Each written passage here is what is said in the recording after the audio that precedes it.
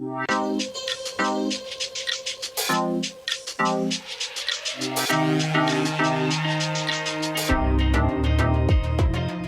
Design reveals who you are energetically and who you came here to be. I'm Dana, Human Design Specialist. And I'm Haley, the Human Design Newbie. Listen in as we explore how leaning into your authentic self is your ultimate path to success. Welcome to the Human Design Hive podcast. Let's get into it. Hello, and welcome to the Human Design Hive podcast. I'm your host, Dana Phillips, and I'm going to keep this part of the introduction short because I have a guest on today's episode, and I just kind of want to get into it. Also, I've been having a fit with my podcast recording software and transcribing, and I have spent the last, I can't even tell you, 2 hours just trying to get the whole thing to work properly because it wasn't even recording properly, and I really want to get this episode out in time, so I'm just having fits, and I just want to get this part over with. So I really want to introduce you to my friend Ellen. She's got a lot to tell you about her work with children at Human Design, and I'm really excited for you guys to meet her. So just let's get into it, shall we? Okay, so good morning, Ellen. How are you doing? I'm really good, Dana. Thank you for having me. I am so excited for you to be here. And this is my guest, Ellen Hefty. She is a retired teacher and someone that I met, was it last year? Was it 2021? 2021, yeah. Okay, yeah. So we met at the International Human Design Conference out in Colorado and presented by Karen Curry Parker with Quantum Human Design. And I really love the story of how we met, because what I remember was I was in the ballroom and I was sitting at a table. I think there was someone else at the table with me, and I saw you sitting at a table by yourself and said, and I don't know if I said then to come on over or we just started chatting and then I invited. What do you remember? I remember that I was my cave person and went kind of to a corner spot. And then I think Michelle, because it was the pre-workshop. Mm-hmm. About books. Yeah. And I think Michelle was trying to get us to sit together. So she's like, try to get in groups, and you're like, come on over. You invited me, which was perfect for my energy. Yeah, that's right. Because then we found out, oh, you're a projector. So you were invited over, and then we got to chatting. And I'm so excited I can't believe it's only been a year since we met each other, but because you've been doing so much in the last year. But what stood out right away for me was that you're a retired teacher, as you said, educator, and that you were drawn to this work with human design. And it's kind of helped, it's still evolving, but it's helped kind of bring all the pieces together for you, what's missing with children and education, correct? That is correct. It was when I left education when I retired. I took an early retirement. When I left about 10 years ago, I made a promise to myself to go find something to take back to the kids, because I just saw so many kids that were struggling. And it took me 10 years. Oh, well, not 10 years, because it took me about 6 years. I was introduced to human design. How did that happen? My coach. I have a transformational coach I went to for therapy and coaching and that type of thing, to heal my, not self that I was living. And the first day I met her, she asked me my birth information, and she didn't tell me anything really about myself. She was just like, I think she said, oh, you're a projector. Didn't know anything about that.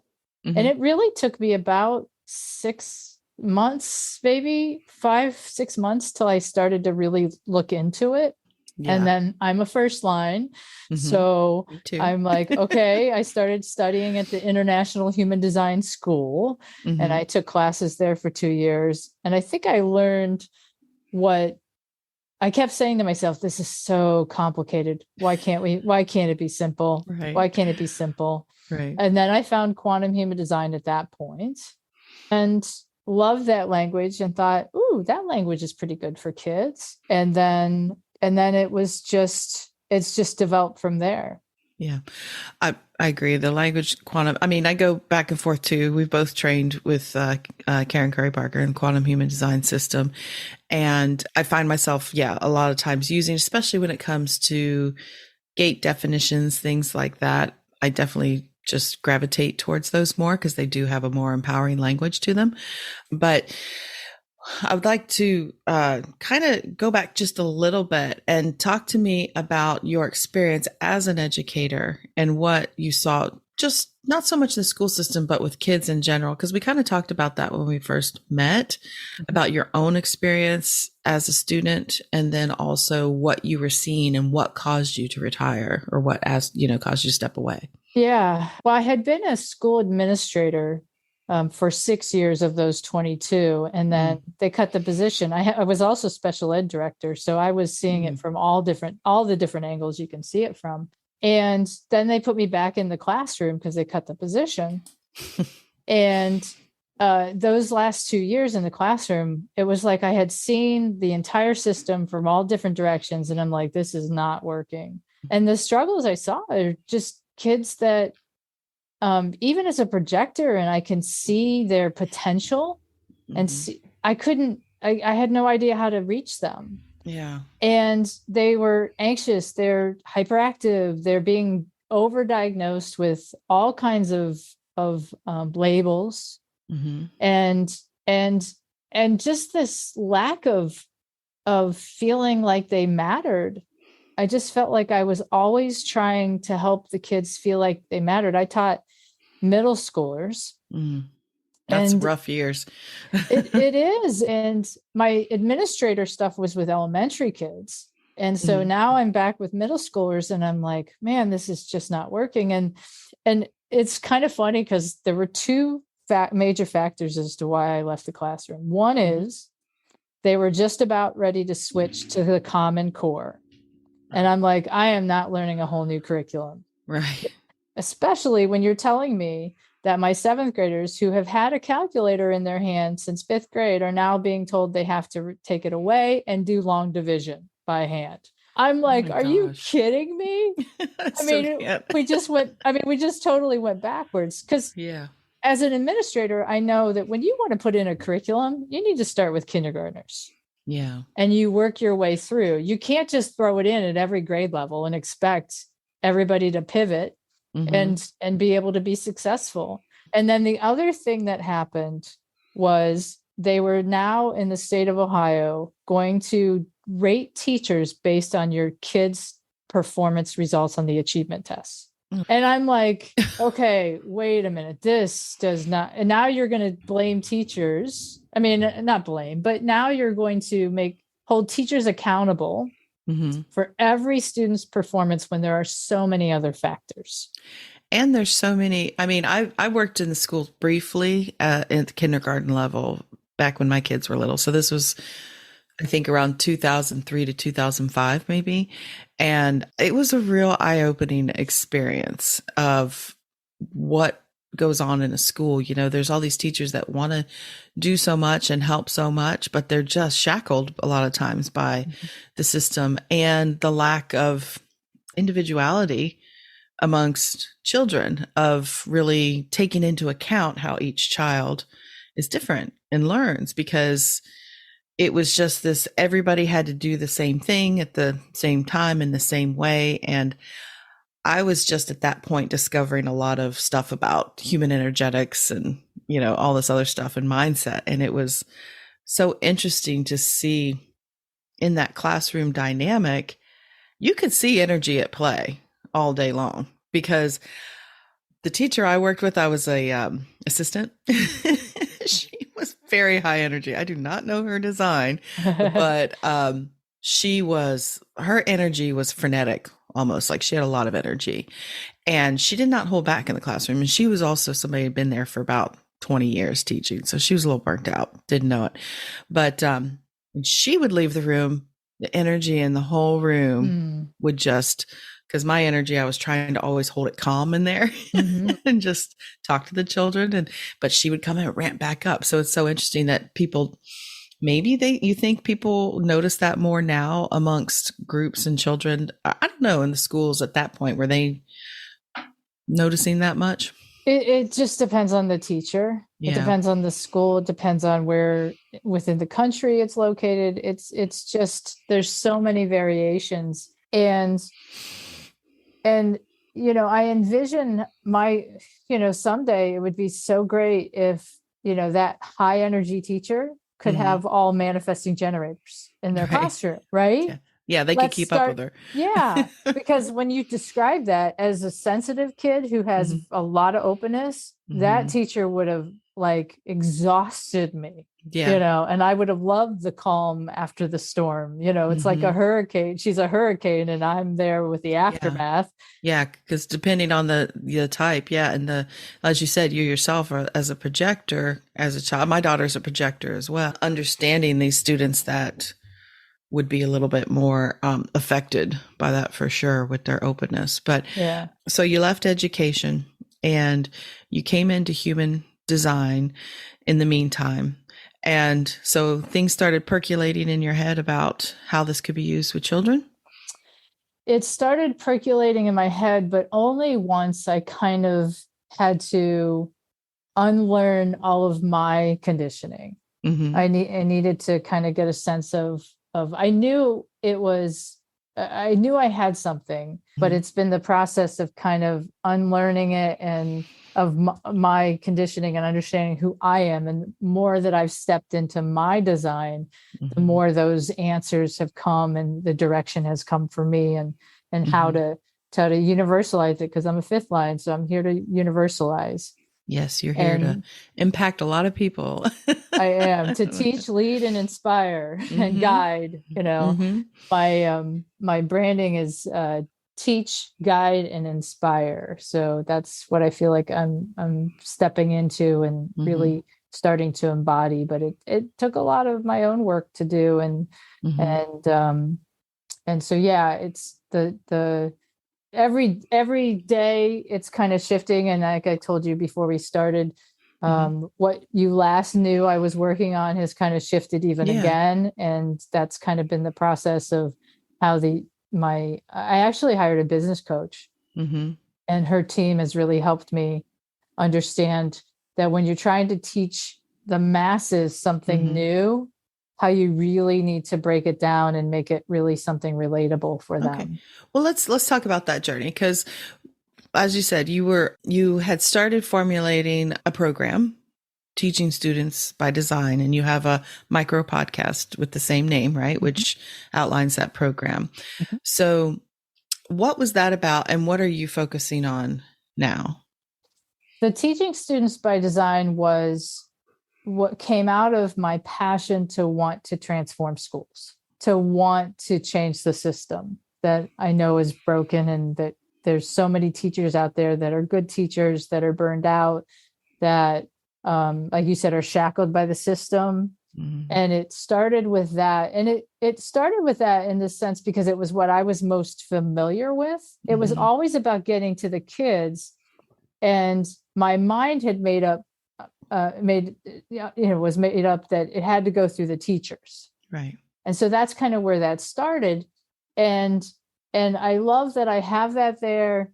I have a course that teaches students about quantum human design, if that's where they feel like they can enter into the system.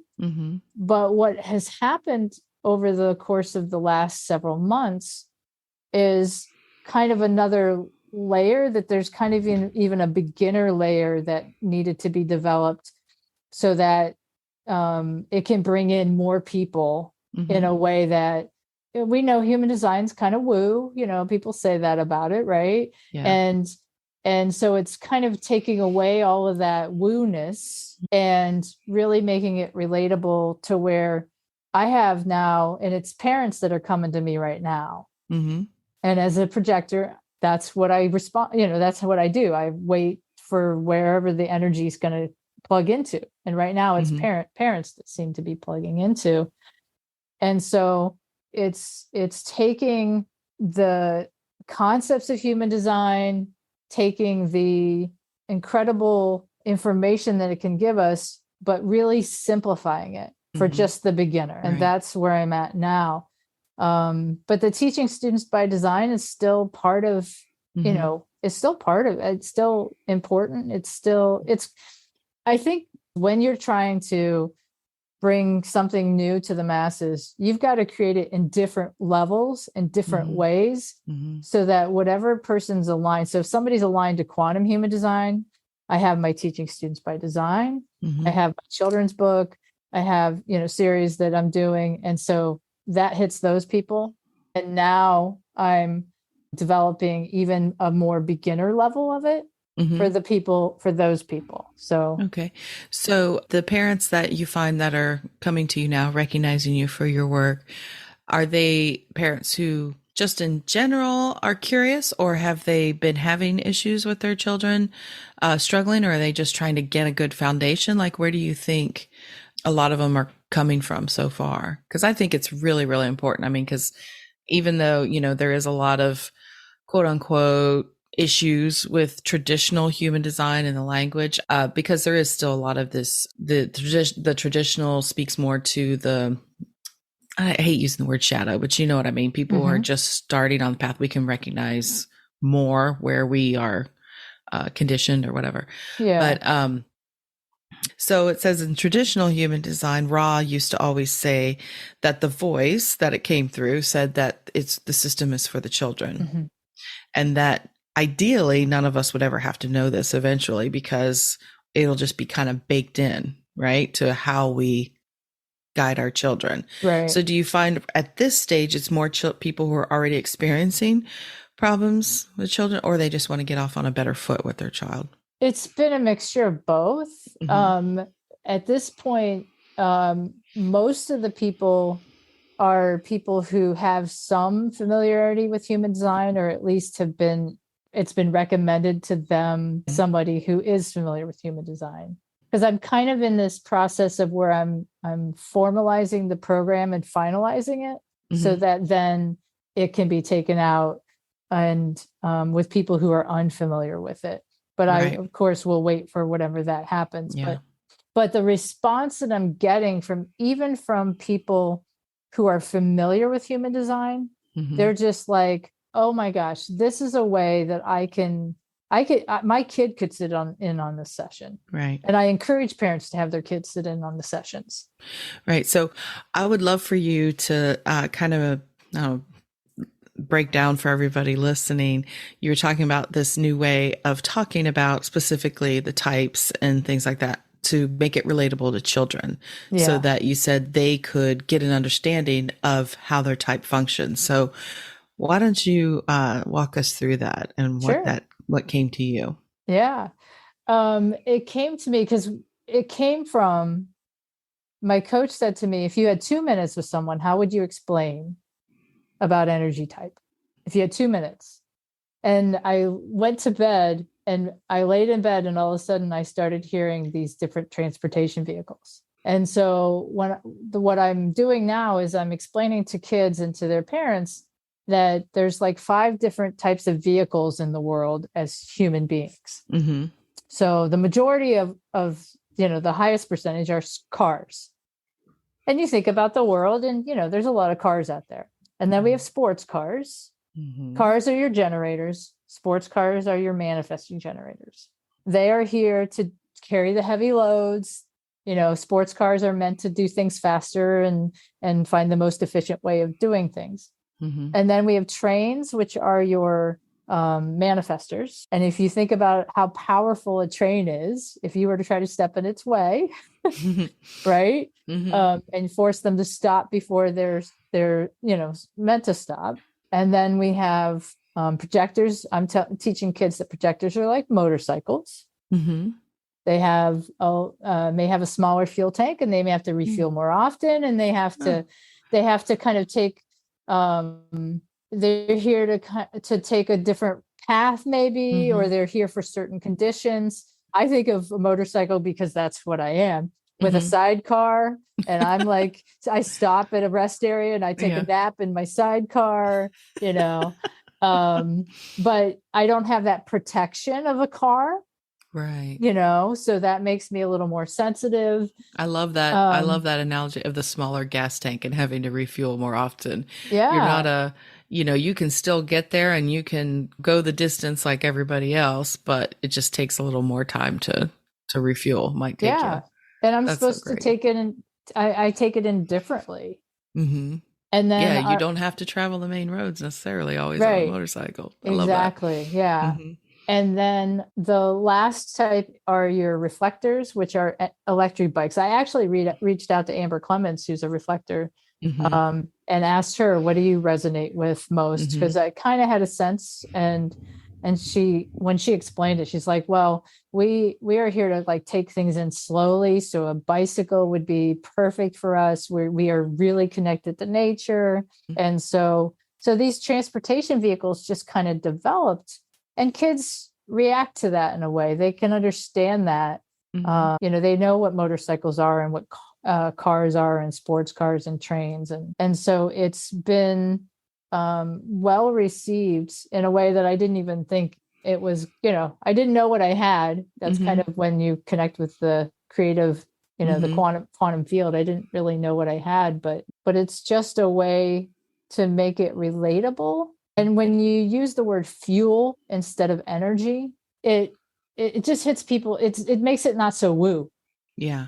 You Well, I know, think we're coming into, well, obviously as last couple of years, but and there's a lot of talk in the human design community and astrology and all that stuff about we're now entering this age of Aquarius, and they talk about the new paradigm and things shifting. And I think we could see in the last couple of years, people are way more open than they were, like I said, even pre-pandemic, to a lot of these ideas and concepts, because once we saw all these systems and everything that we thought was solid break down for a while, people are like, whoa, there's got to be a better way to understand all this. And I think people are more open to that. And I think parents in particular, from what I've seen, is my children are grown, but I have a lot of friends who are about 10 years younger than me, and they have kids anywhere from, 6 to teenagers, right? And there's been a lot of stress on them, and there's been a lot of ways that the systems in place have failed them, and they're really struggling trying to find ways to help support their kids, because these women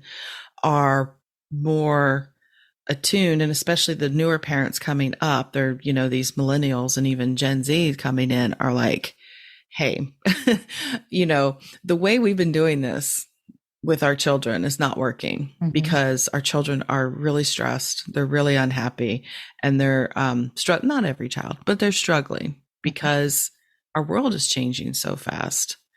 And as you work with these parents, you said you have this program. I looked on your website. So you have is it the All About Me All About sessions Me or program for program? kids. What Yeah. is that? Yeah. Well, an All About Me session is your fancy word for a human design reading. Oh, okay. But it doesn't use the language. Mm-hmm. So, and when we think about kids and teachers and parents, how many activities out there do they do where they learn all about me? Right. And so it's just another way for them to learn about that particular child. So go ahead. No, you go ahead. and my passion is to share this information with parents so that they can. I just did one earlier today with a parent of a 10-year-old, and she said, I can already see how his teachers don't really let him be himself. She said, but what I love about this is now I have the information to give him so he can advocate for himself. So he can walk in there and he can say, because he's a sensitive kid, and say, I need to go for a walk for 2 minutes. He can feel himself getting overstimulated and just say, and help the teacher understand that that's going to help everybody by letting him do that. And as you said, when you came to this knowledge and you wanted to help children, you realize also that the first step was getting a better understanding of yourself, which I fully embrace and I think is the way through change and everything, which is why, I started this podcast and why I love human design. And I feel focusing on empowering people, because we know that it ripples outwards. And, this child being able to empower himself, I think it's important. I like the idea that you're doing these sessions with the parents because, you can have all this information about your kid and that's great, but the parent needs to know as well. Don't you agree? They need to know about themselves because there is that dynamic. It's all energetics, right? And do you find parents are open to that? To what is your experience with parents seeing their own part in it and how they can improve? Well, I mean, the parents are, like I said, the one I did this morning, the parent was like, okay, it validated for me the things that I'm doing right with him, but I can see some tweaks that I could make and how much better that would help him. So it's what I've seen from the parents that I've worked with is there's an openness on their part to change the way they're interacting with that child. And even just, key.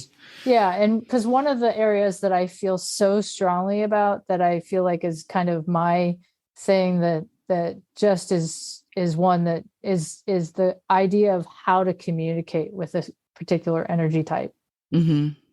Because of my struggles that I had as a kid or my whole life of where people would ask me yes or no questions. And it's like, please, there's no recognition in that.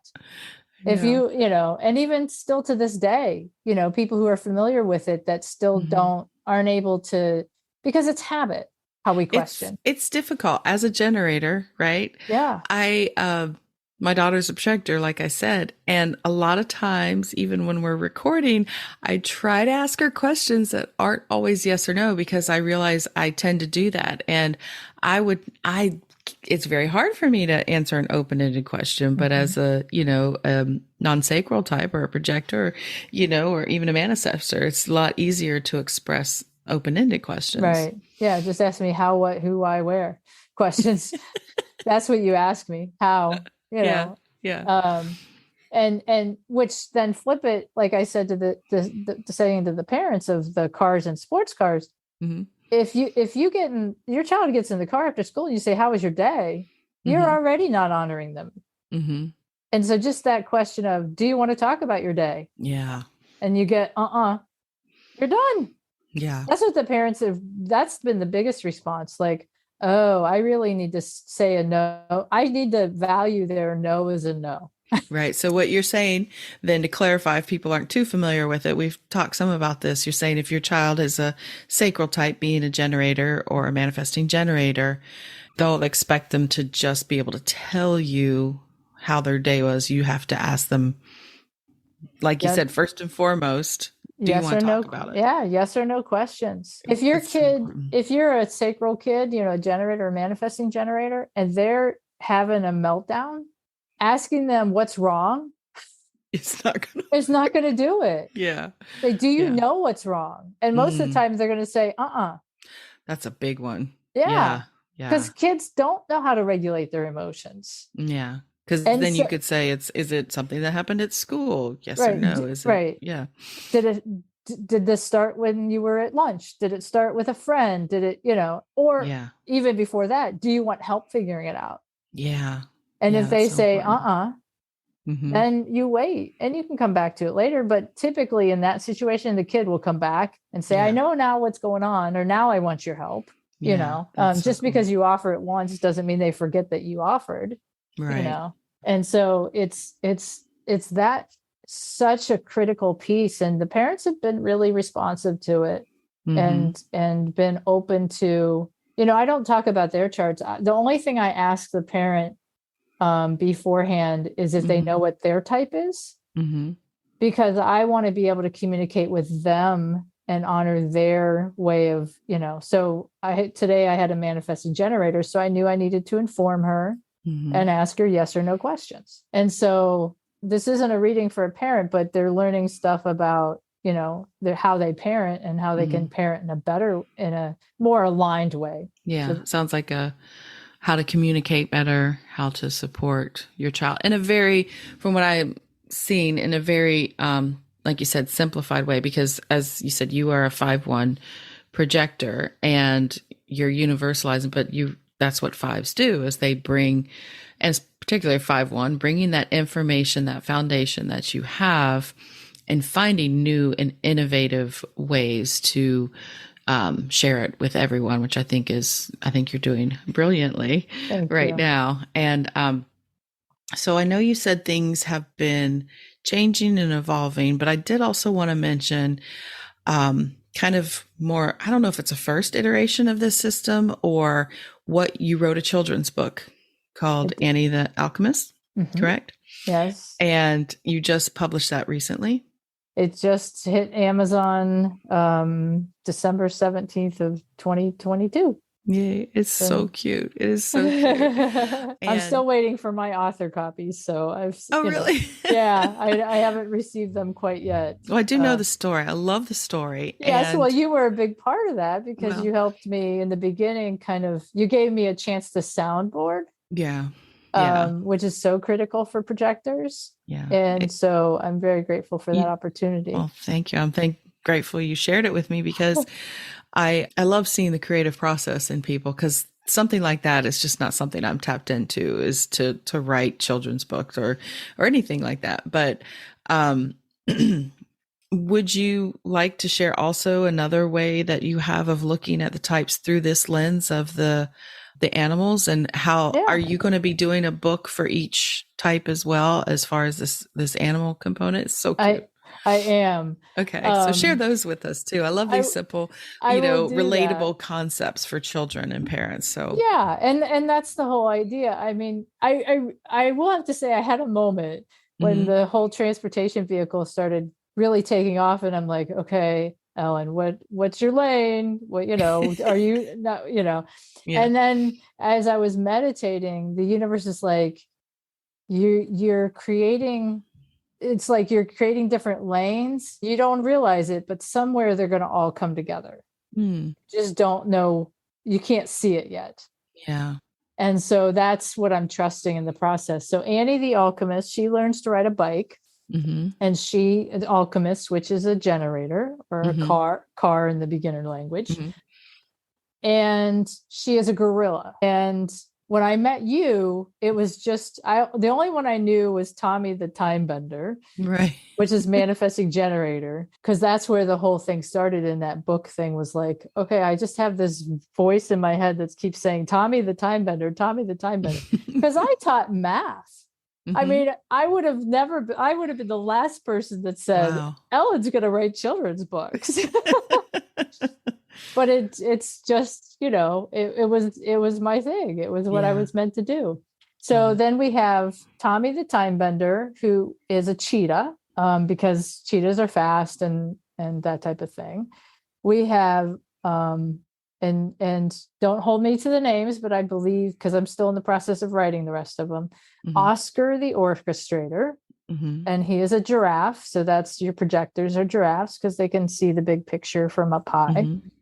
We have Iris the initiator, and Iris is an elephant, and the elephant, which is the manifester, that one came to me when I was at the Omaha Zoo. I stopped at the Omaha Zoo on the way home from the conference. Oh, yeah. Because the universe I was driving home and the universe is like, go to the zoo because you're going to figure out all these animals by being in that. And I walked up to the elephants, and they had a sign there that described how an elephant creates the environment for everyone around it. So the elephant making big footprints in the mud now has a footprint that collects water that now the cheetahs can drink out of. Oh, wow. And so, and elephants, of course, are powerful and intense. And so they don't get in their way. No, don't get in their way. Right. Yeah. They know where they're going. Yeah, they do. And then the last one, which are your reflectors, is Carter the calibrator. And he is an owl, he or she. I don't know whether it'll be a he or she. That name could go both ways. They. Yes, I know. I did struggle with that. I'm like, do I stick with the genders, and I'm like, okay, well, yeah, that's a hard question. You'll have to really. I'm sticking with the genders only because children. It's not about that. It's about the animals. Right. And, but who knows, maybe somewhere down the road, there'll be revisions. But those are the 5. And I know Iris which is the next one. I don't know if it's the next one that we're illustrating, but I know that one she's going to bake a cake. And I kind of know the process she's going to go through. Well, that's what I love is this story doesn't just describe the type. It's really how alchemist generators utilize their strategy. As far as in this book, what is it that she's doing that is helping her learn her strategy and how she interacts in the world? Well, she's trying to ride a bike like her brother, who's an initiator. So, and she keeps falling off and getting hurt. And so then a special teacher comes to teach her about how her way, Annie's way to learn to ride a bike. And so she learns about strategy, about waiting to respond. She learns about frustration and what frustration means for an alchemist. And she learns the terms energy type, energy design, body graph. You know, she learns some of those terminologies in their strategy. And in the process of learning those things, she ends up by the end learning how to ride a bike her way. Yeah. I thought it was so clever, and just I think kids and parents will really, really appreciate it because as said before, we definitely need to look at a different approach as far as how we're going to be raising these next generation of children. And like for me, my children are already raised, right? But being able to look at their design, because they're in their 20s, so they're not, in my opinion, not full adults. They're adults, right. They're not full. I mean, but you can still hit them and make you can hit them and you can honor them where they're at. And now my daughter, of course, she's all in, wanting to learn about this. My son, no interest whatsoever. He's 23. He's a 3-5 generator. No. But because he's very logic oriented and he's just like, it's all hooey. However, I can still see his design at play, especially his profile and how to navigate around that with him. And now I can also see in my daughter in the big family, because like most projectors, I would never have thought she was a projector at first, because she was the one that at times was the most energetic in the family and wanting to get the completion of projects. Well, she's around 3 sacrals. I grew up around 4. Yeah. And I can see now, I can see the past behavior as a child. And even now I notice when she's had enough, right? She doesn't always notice it, but she gets that kind of little when I'm like, I think you need a little break, don't you? And she'd be like, yes, I'm tired. And she's honoring that in herself now, that because she's married to a generator, that there's going to be a difference there. And he's noticing it. And so if and when they decide to have children, this component is going to be built in. And I hope that she, as a projector mother, will take the time to care for herself and also realize that she's going to need that support and she's going to need other people to help her. And then also they can hopefully recognize what their child needs individually. So I think it's such important work and it's really awesome. Yeah. So before we wrap it up today, is there anything else you wanted to share with us about your All About Me program, or really what your whole vision is in general? Because you said these things are kind of starting to shoot out these little different avenues, which, as a motorcycle type, exactly, you've got different paths to follow. But what is your overarching right now, what you envision for the future of our children and really education? Well, big question. No. I mean, the ultimate goal is for every child to be raised and to grow up knowing who they are. Yeah.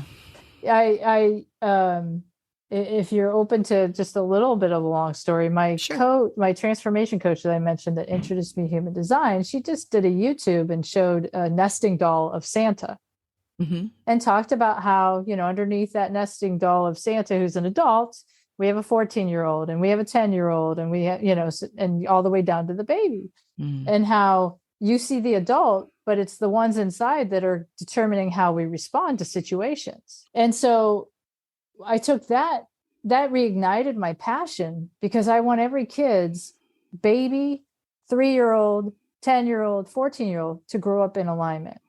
So that when you see that adult, everything's in alignment.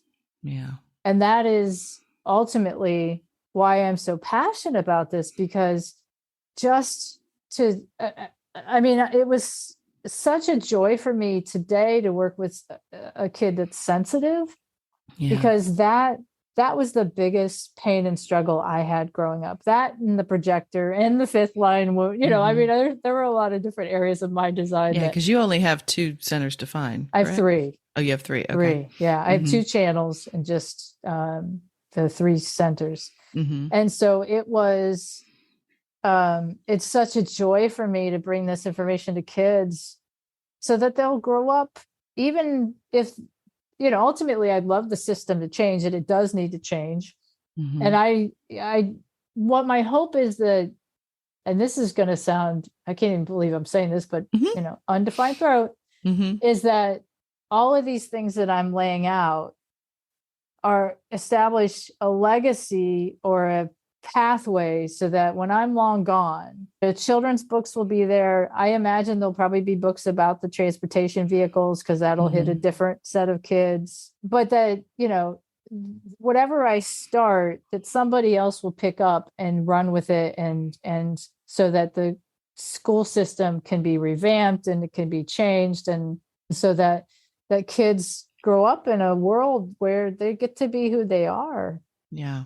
A lot less therapy in the world, a lot less, a lot less illness and chronic pain and all of those things. Unnecessary pain, for sure. Yeah. Because that's the greatest, I think, source of pain in the world, is people just not feeling understood or supported. And I know that parents, mothers especially, they'll do anything to help their children.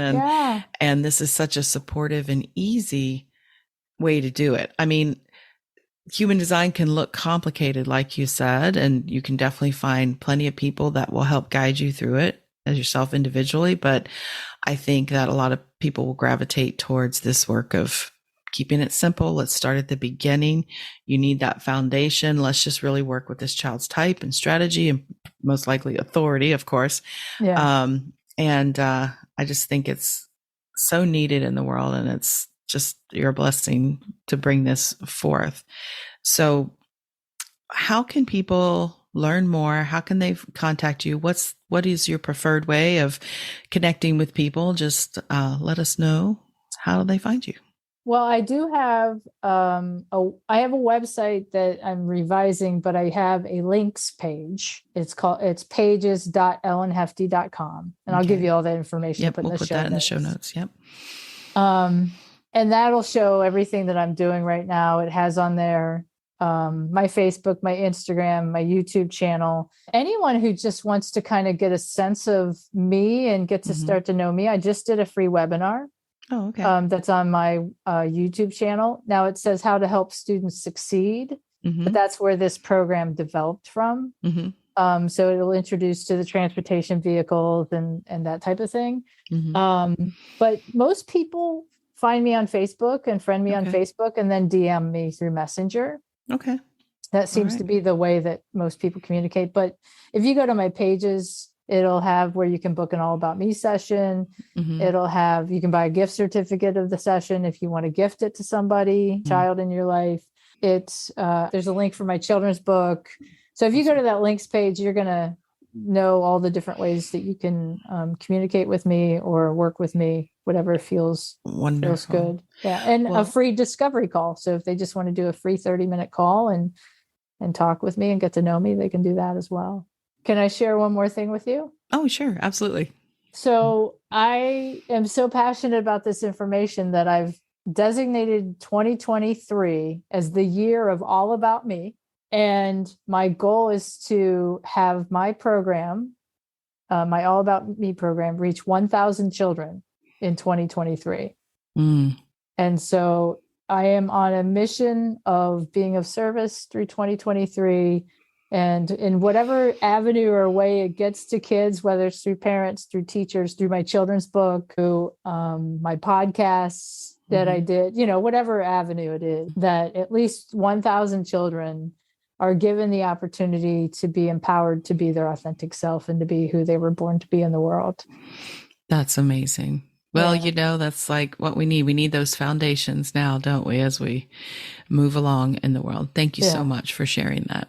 Oh, you're welcome. I'm excited. I can't wait to hopefully I reach it in like March, and then the universe. We'll do our best. The universe is like, well, you should have said 5,000, Ellen. And it's like, well, gotta start small. Gotta start somewhere, right? I wanted something achievable, Yeah, that you can wrap your brain around that. Exactly. Yeah, exactly. So. That's awesome. So I want to thank you so much for being here today. I know you've a busy schedule. You've fit me in between things here, and I really appreciate that. And it's my pleasure. I've been wanting to have you on for some time, and I wanted to get a point in the podcast where I felt comfortable bringing guests on, but you were always at the top of the list because I think what you're doing is really important and you're just fun to talk to. So I really appreciate it. And I thank you so much for being here. Oh, I appreciate the opportunity. I love being invited and recognized. So it was perfect. Great. I look forward to having you back. Have a great day. All right. You too. Thank you. Okay. There you have it. Wasn't she awesome? I'm just so excited that Ellen took the time to come and talk to you about her vision and her work. And I really hope that you look into all her offerings. And if you have a little one in your life that you're interested in learning more about, make sure you check out the links in the show notes for all of Ellen's information and get that book, Annie The Alchemist. It's super cute. So that's all for today. I hope you all have a wonderful rest of your day, and I will catch you in the next episode.